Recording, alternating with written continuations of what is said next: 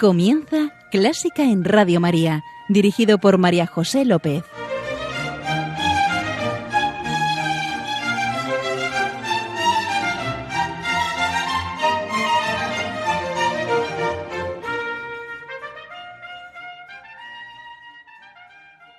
Bienvenidos, bienvenidísimos a Clásica en Radio María, la música divina. Encomiendo este programa a la Virgen y va por ti, Señora. Ven y verás, nos dice el Señor.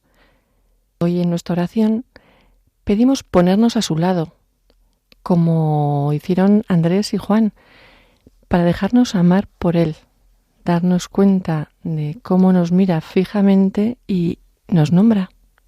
Aquí estoy, Señor.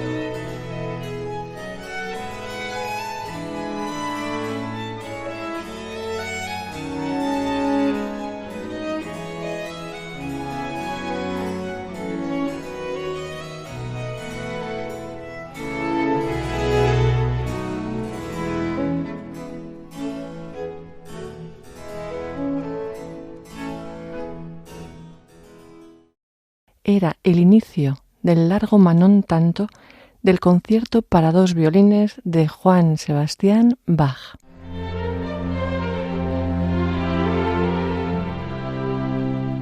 Y ya, sin más, os presento a nuestro invitado de hoy, Enrique Alonso García. Hola, Enrique. Buenas noches. Antes de nada, feliz año, María José. Ah, feliz año. Feliz año a ti y a todos los oyentes. Sí, que nos va a hacer falta, efectivamente. Enrique es jurista y se ha dedicado al derecho constitucional, sobre todo, y a las ciencias ambientales, tanto en el ejercicio profesional como en su carrera académica. Has estado en universidades americanas y españolas.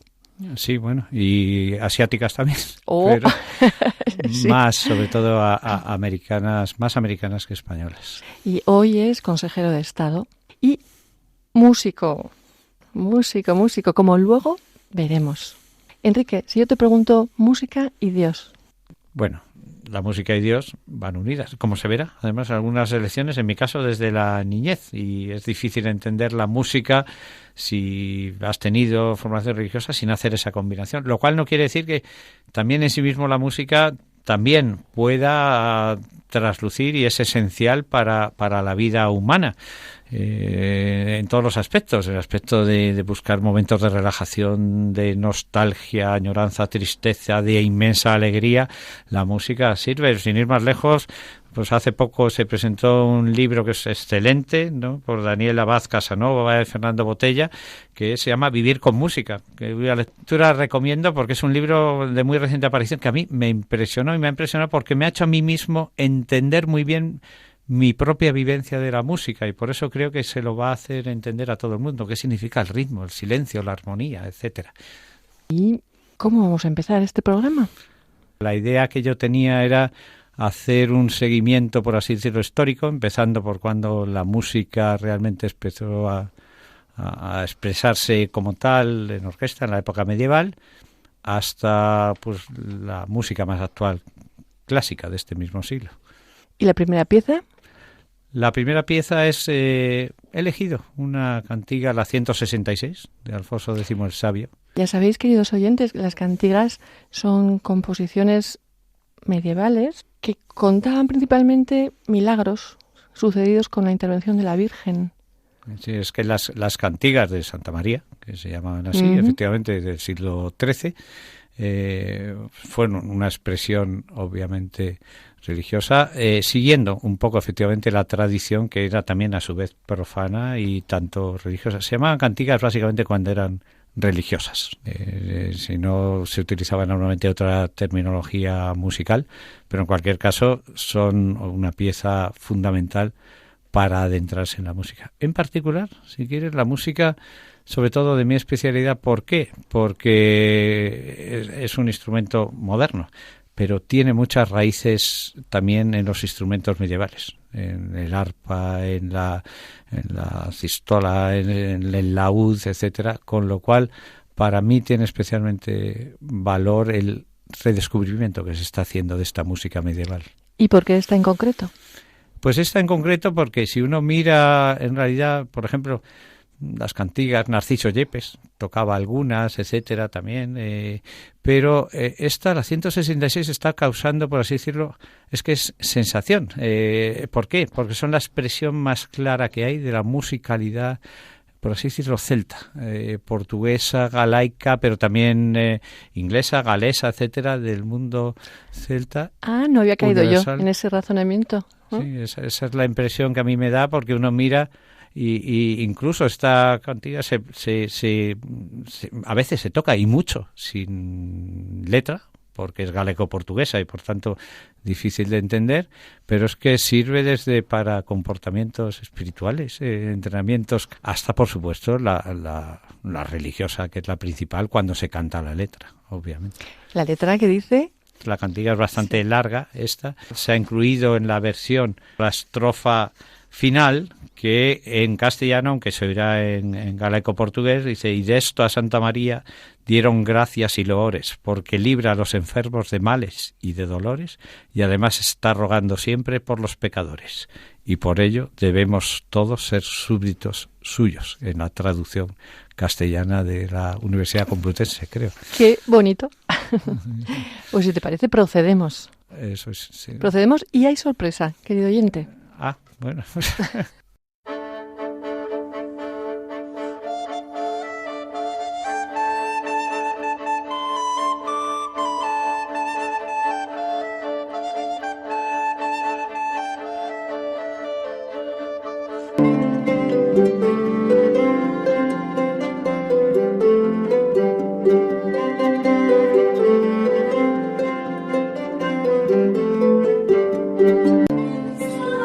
Maria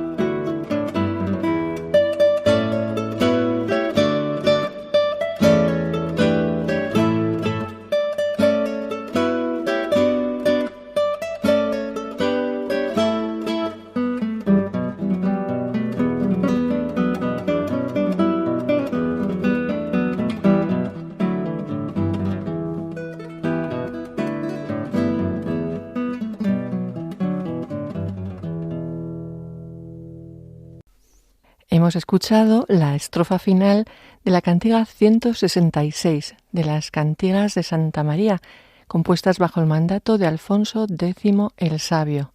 Qué bonita, ¿verdad? Habrás podido ver que la sorpresa es la versión en guitarra en la que ha colaborado Enrique, porque no lo hemos dicho antes, lo ha insinuado, dejado entrever, pero él es guitarrista, especialista en guitarra clásica.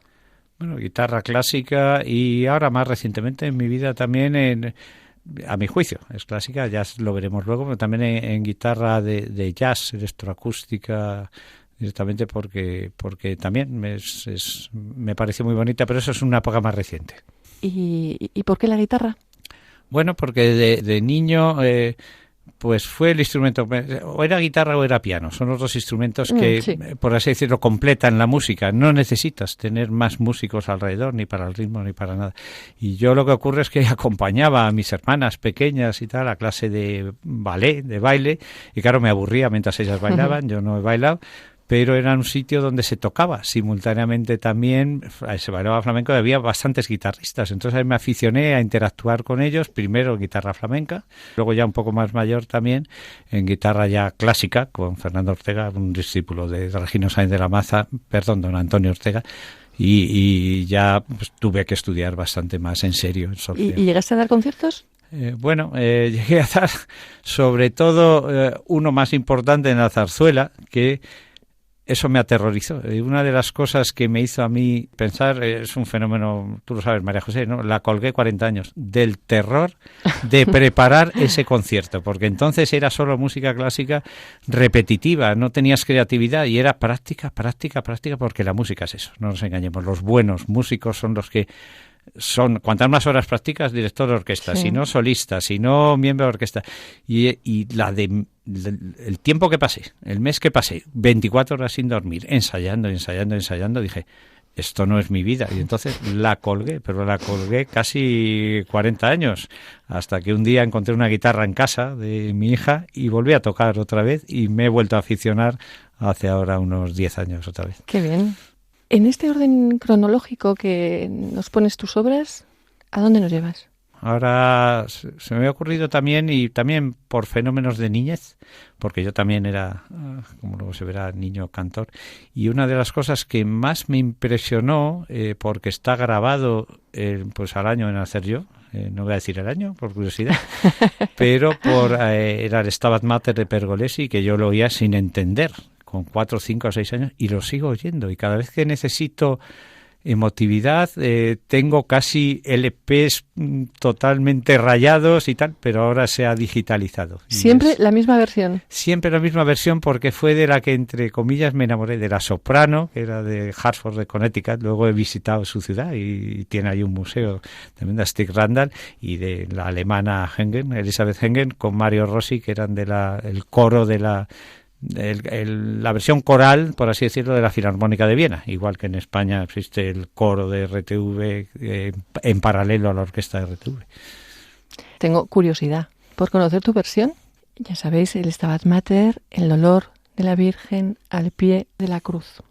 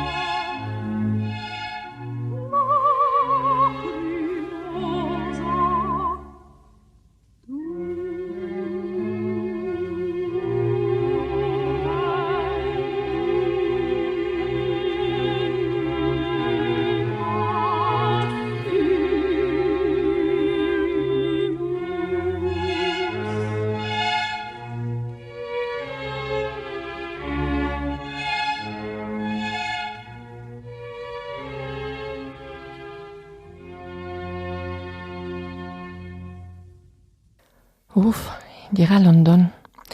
Era la primera parte del Stabat Mater de Pergolesi. Mientras lo escuchaba me venía a la mente, ¿os acordáis las escenas de la película La Pasión en las que la Virgen, en medio de su grandísimo dolor, rememora a su hijo cuando era niño? ¡Cuánta ternura! En relación con lo que sigue, Enrique, ¿tú crees que la Virgen le cantaría a su niño Jesús? Estoy seguro de que cuando nació y era niño le cantaba y no me extrañaría nada. También porque efectivamente las nanas, las Wiegenlied alemanas, las lullabies inglesas son un género musical de música clásica también muy extendido y muy bonito. Y normalmente ¿quién canta a la nana? La madre al niño, a veces los abuelos, hay que reconocerlo, como yo también, a los niños recién nacidos. Por eso he considerado también que sería muy interesante una pieza que es muy curiosa, porque en Alemania es bastante conocida, es el Schlafwein, duerme príncipe, se llama Principito al niño, y es una pieza que ha sido siempre atribuida a Mozart. Es más, si se mira por ahí en los estos aparecen como si fuera de Mozart, aunque parece ser, desde un estudio que se hizo en el año 88, que no está tan claro, aunque esté catalogado como una de Mozart, que fuera de otro músico de la misma época, de 1700, de Fleischmann, un músico alemán, y luego con otra parte incorporada. Y como es una pieza poco conocida, pues siempre me ha gustado a mí hacer una versión de guitarra directamente, que cuando se enteraron, porque les conozco, al director del coro de Viena, pues me dijo, pues mira, te la va a cantar también un solista del coro de Viena, y entonces es mi versión de guitarra más el coro de Viena. Quizá, no sé si puede interesar esto o no, pero se ha hecho famosa, y no quiero presumir de eso, porque se la dediqué a las madres que habían decidido tener niños en plena época de COVID. Hay que ser valerosa para que pudieran cantársela a los niños. Está publicada en pleno COVID. Ya verás qué delicadita. A mí me encanta.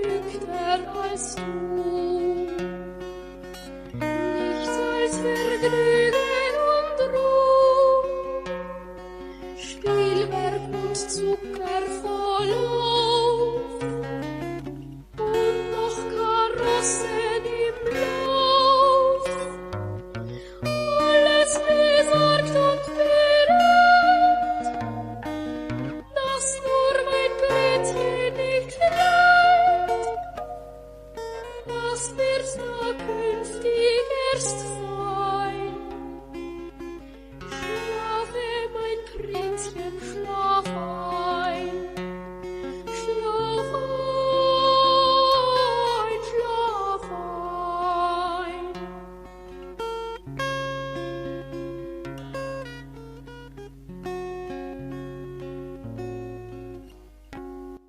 Duerme, mi pequeño príncipe, canción de cuna atribuida a Mozart. Como veis, la guitarra tiene un papel destacado en este programa. Lo que no nos has contado, has también dejado caer, es que tú eras corista. Bueno, también eres niño cantor. De estas cosas... como este que acabamos de escuchar. Exactamente, ¿no? Y por eso sigo en contacto con muchos de estos niños cantores. ¿Por qué? Pues porque también en el colegio, con 9 años, en el colegio donde iba, pues había un coro y a mí me gustaba jugar al fútbol y me molestaba tener que ensayar en vez de jugar al fútbol, sí. Pero aún así, en parte por presión de mis padres, y viene bien la música, a veces tienes que tener una cierta presión, pero ahí canté, pero claro, tuve la suerte infinita de que coincidió con la creación de la Orquesta de Radio Televisión, coincidió con la formación y profesionalización del coro también de Radio Televisión Española, con Albert Blancafort, y eso de estrenar en... O sea, que cogían, cuando necesitaban coro de niños, ¿os llevaban a vosotros? Nos llevaban a nosotros, que éramos los del colegio, probablemente porque Ajá. Quien nos enseñaba a nosotros en el colegio era amigo, en general, era un músico profesional, y bueno, eso de haber estrenado la Atlántida de Falla en Mérida, de haber estrenado con Igor Markevich el primer concierto que dio como director, con estrenado obras de Cristóbal Hafter, con García Asensio, etcétera, y luego además, todas las Semanas Santas, cantar la Pasión según San Mateo, cantar el Mesías de Händel, cantar ópera con Krauss. ¿Cómo te envidio? La verdad es que aquello era excepcional porque dentro de un colegio éramos nada. Bueno, en la ópera éramos un grupito, tengo fotos con estos Hafter, éramos un grupito de 6 o 7. Cantando la Bohème éramos 3 niños jugando en el parque en el segundo acto. Y yo era el solista del Eco Giocattoli di Parpiñón. Pero aquello era un mundo que yo no apreciaba, he aprendido a apreciarlo ahora. Porque en aquel momento se me hacía como un deber y era más difícil. Sí. Si quieres, mira, como expresión también un poco de este mundo de conexión, una de las cosas que sí que cantábamos en el coro, y mucho, nunca cantamos el Ave María de Schubert, que a nosotros nos gustaba mucho, el famoso Ave María de Schubert, sino que siempre, por las razones que fuera, el director del coro le gustaba mucho más el Ave María de Gounod. Y por eso me lo sé de memoria, les cantaba de niño, pero claro, no voy a cantar ahora con mi voz horrible, eso no tiene pies ni cabeza, pero sí que me gustaría elegir en seguimiento de la música, efectivamente, ahora que la música compuesta en 1851 por Gounod sobre la base del preludio de Bach famoso, del clavecín bien temperado, sí. Bien temperado, que la compuso Charles Gounod para su suegro, curiosamente también, y muy animado, y a mí siempre me ha parecido una preciosidad. Es más, ya que has dicho lo de la guitarra, va a ocurrir una cosa parecida a lo otro. Empieza, pero muy poquito, nada más la primera estrofa, con una versión que he hecho, que es de Tárrega, ni más ni menos. O sea, adquirió tal fama el Ave María de Gounod que Francisco Tárrega hizo una versión inmediatamente después, que es muy conocida. Sí, porque empezaron piano y violín, cello, y así fueron. Exactamente, sí. Y Francisco Tárrega, mejor compositor de guitarra. La guitarra española es básicamente Francisco Tárrega y los demás, un poquito, ¿no? Y esa versión, si quieren, la van a oír ahora cantando, pero luego, sobre todo, será también el resto de la orquestación para que aprecien el Ave María de Gounod. Curiosamente cantada por una cantante pop moderna que ha hecho un disco de Navidades hace pocos años y que se hizo famosa por cantar esto, aunque se llama Jul y es conocida como cantante pop. Se hizo famosa cantando el Ave María de Gounod hace 30 años, o 20, perdón. Prepárate, querido oyente, a ver qué versión nos pone. Allá vamos. ¿Y también rezamos?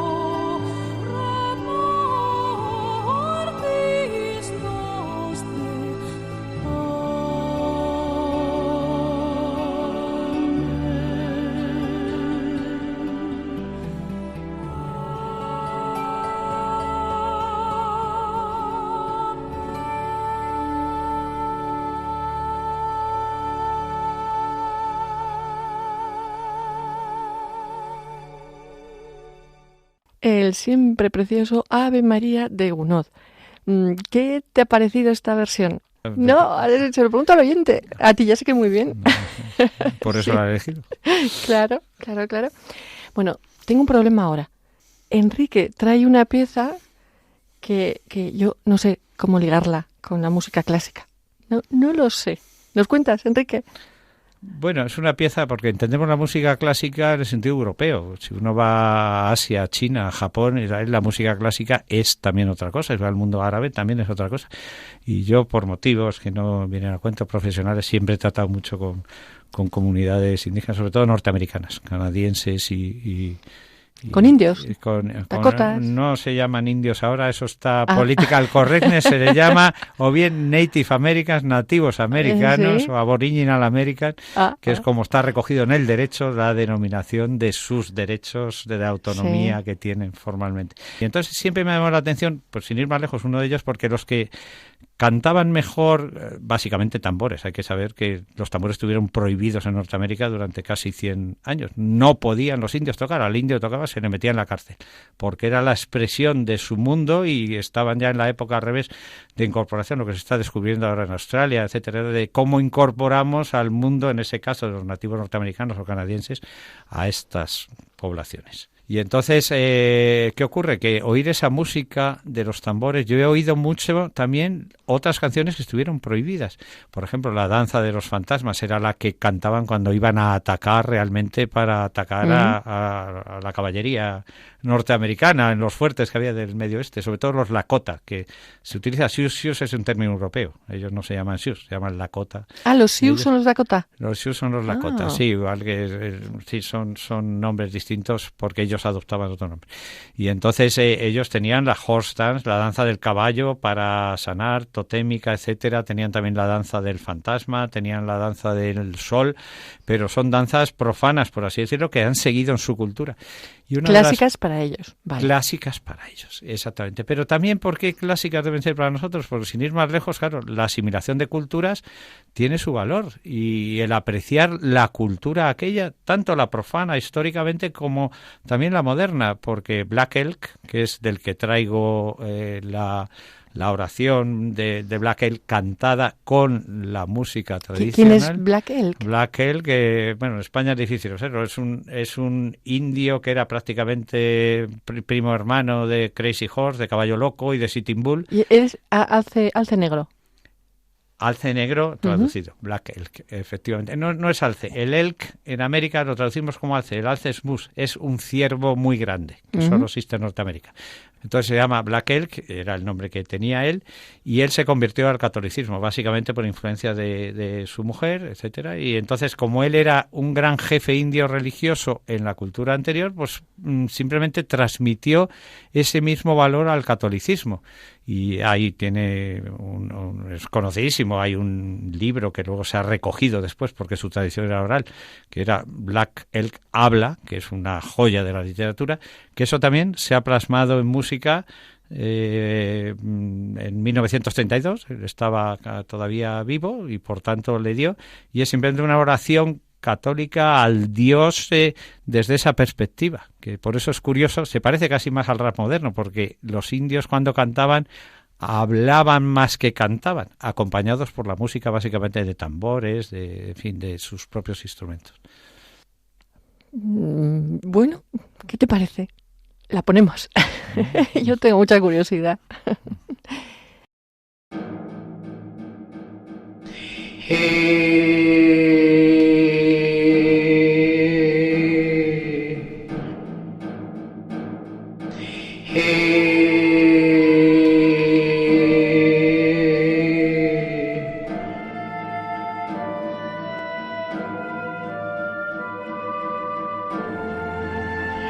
Grandfather, great mysterious one, you have been always, and before you nothing has been. There is nothing to pray to but you. The star nations all over the universe are yours, and yours are the grasses of the earth. Day in, day out, you are the life of things. You are older than all need, older than all pain and prayer.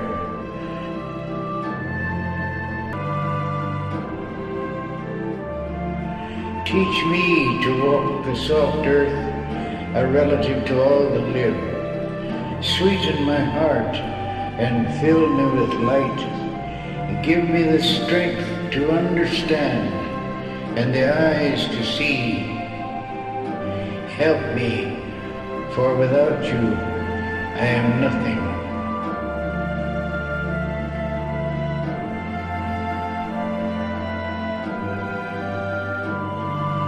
Hetchetu alo.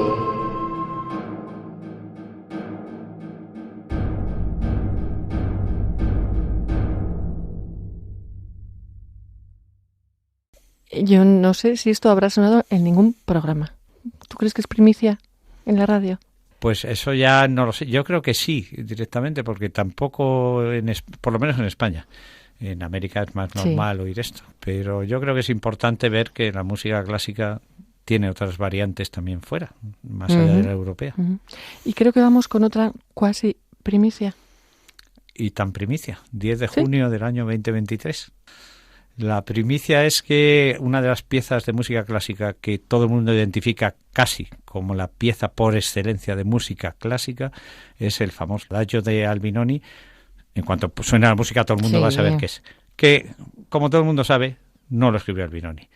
Se escribió en 1957, por tanto estamos como con el anterior en el siglo XX, a mediados del siglo XX, por un estudioso de los escritos de Albinoni, Remo Giasiotto, y lo curioso es que cuando se hace directamente, ya se sabe que no lo hizo él, pero se hizo como una canción profana, por las buenas. Y curiosamente, hace muy poquito, el 10 de junio del 2023, por primera vez, a esa canción se le puso un verso que es clásico en la canción religiosa desde el siglo... Un himno, es un himno del siglo aproximadamente de Inocencio VI, parece que lo escribió, por tanto... El Ave Verum Corpus. El Ave Verum Corpus, que prácticamente todos los músicos de música clásica lo han hecho, Saint-Saëns, Mozart, etcétera. Entonces, y eso, curiosamente, esa letra se le ha puesto al Adagio de Albinoni hace muy poco y está causando sensación porque todo el mundo ahora interpreta mejor con esa letra el Adagio de Albinoni que cuando se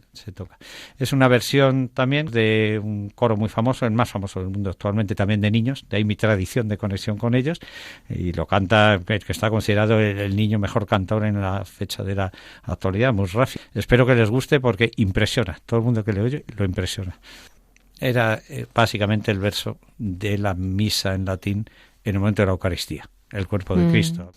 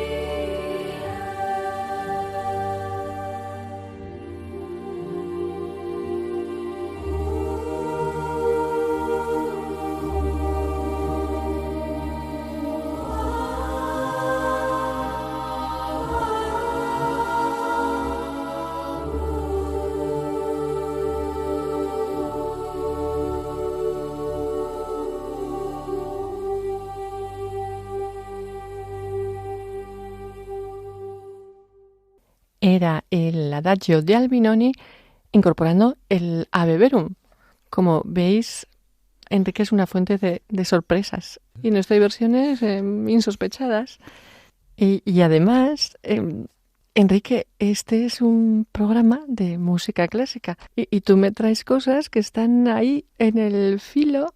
¿Cómo justificamos la que viene?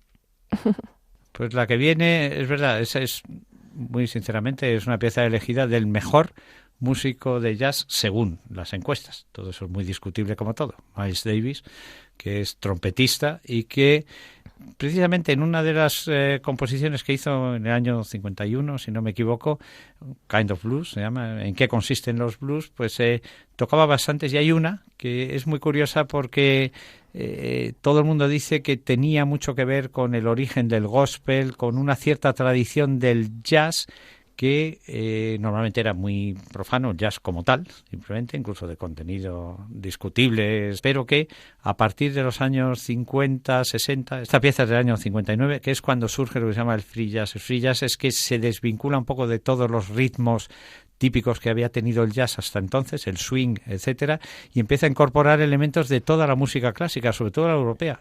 Por primera vez, el ritmo, el 1, 2, 3, 1, el compás de 3x4 del vals se incorpora a la música de jazz, en este y en otras muchas piezas. Entonces, este es un ejemplo que es de los pocos valses que hay tocado en música de jazz, pero la gente lo oye y no se da cuenta de que es un vals. Es muy curioso. Y por eso, simplemente, yo siempre he creído que la música clásica del siglo XX, en el fondo, el jazz es la música clásica por excelencia del siglo XX, una vez que adquirió la complejidad suficiente orquestal, etcétera, y los ritmos y la variedad a través de estos modelos de free jazz de los años 60-70.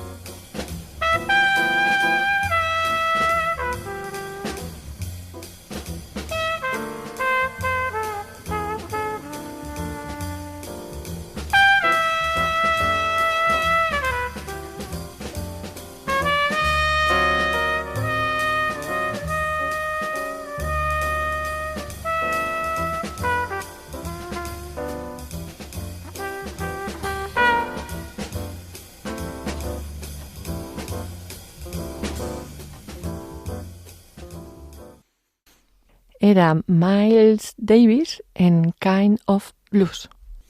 Y ahora sí, vienes tú con tu guitarra y con tu composición, porque creo que nos traes la pieza que te pidió tu mujer cuando estaba con paliativos.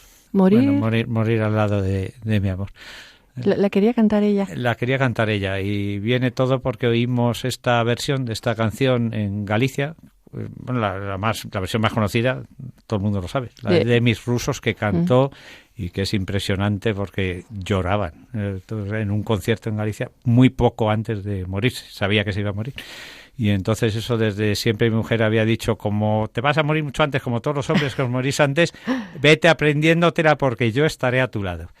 Y nada, yo no me la aprendía porque la letra, bueno, es muy bonita, pero por desgracia, tuvo un cáncer explosivo y tal, y de las pocas cosas que al final ya entre paliativos se despierta un momento y dice, una cosa, que la tengo que cantar yo, porque vas a estar aquí, ¿verdad?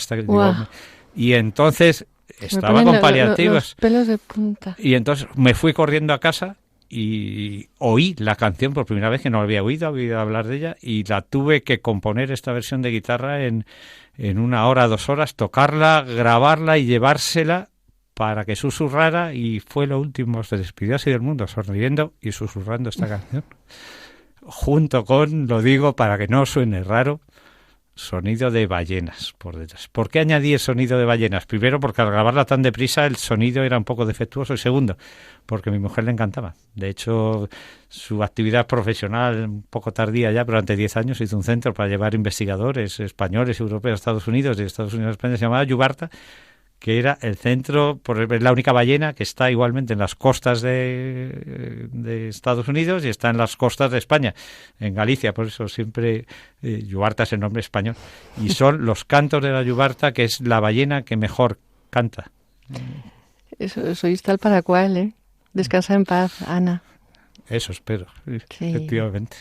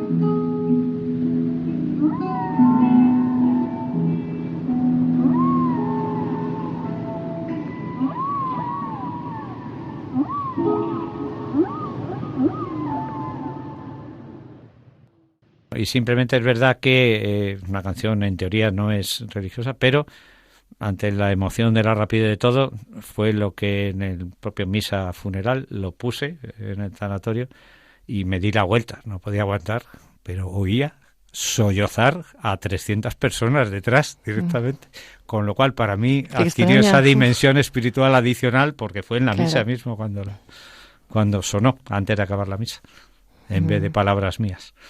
Con esta despedida de Ana nos tenemos que ir nosotros también, pero nos vamos a...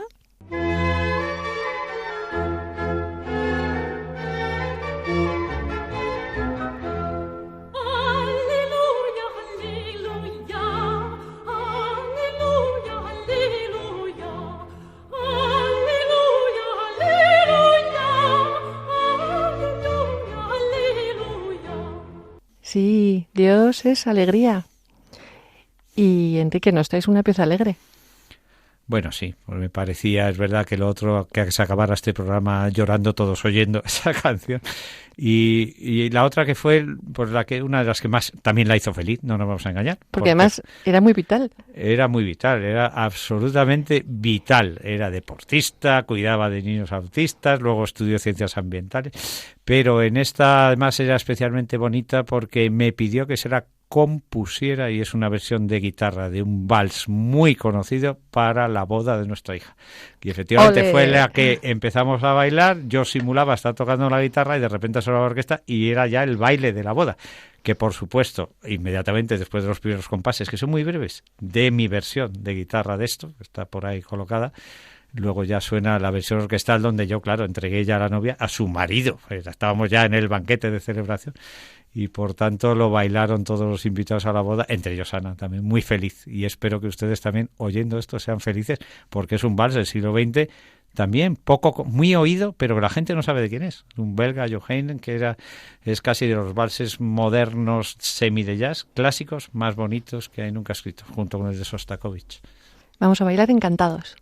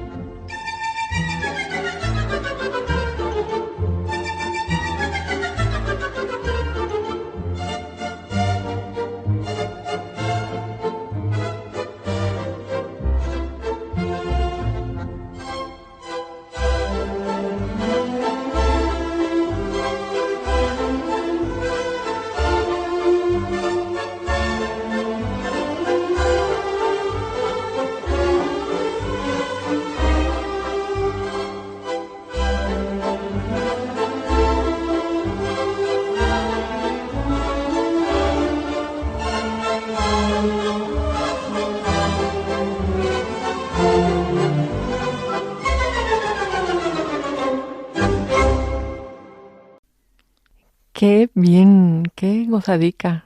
Y con esto nos tenemos que ir, queridos oyentes, dando muchísimas gracias a Enrique Alonso García, jurista y músico, guitarrista. Bueno, sí, cantor. Un poco cantor, aficionado. En esta vida hay que hacer un poco de todo. Sí. Yo es verdad que soy un poco heterodoxo directamente, pero siempre ecléctico, sí. Ecléctico, pero es verdad que todos estos, el gusto por la música lo hago sobre todo porque solo hago versiones de gente que me lo pide directamente, versiones de guitarra. Son para gente que como lo pide, pues le hago yo esa versión y yo me lo paso bomba sabiendo que tiene un destinatario concreto que va a ser feliz. Voy a pensar qué te pido. Pues prometido, la pieza que quieras te hago tu versión, solo la tuya, por guitarra. Estupendo. Muchas gracias otra vez por venir aquí y compartir tan generosamente tu música y tu guitarra. Pues muchísimas gracias, ha sido un placer. Vuelvo a desearos un año 2024 feliz y espero que haya contribuido un poquito este programa. Seguro que sí. Gracias, señor, y gracias, señora. Querido oyente, muchas gracias por estar ahí. Queda con Dios, queda con la Virgen, que nos guían y nos guardan. Y un beso muy fuerte. ¡Mua! Lástima que no tengas aquí la guitarra porque harías... Un beso, por supuesto, directamente. Es más. Adiós. Adiós, hasta luego, María José. Muchas gracias.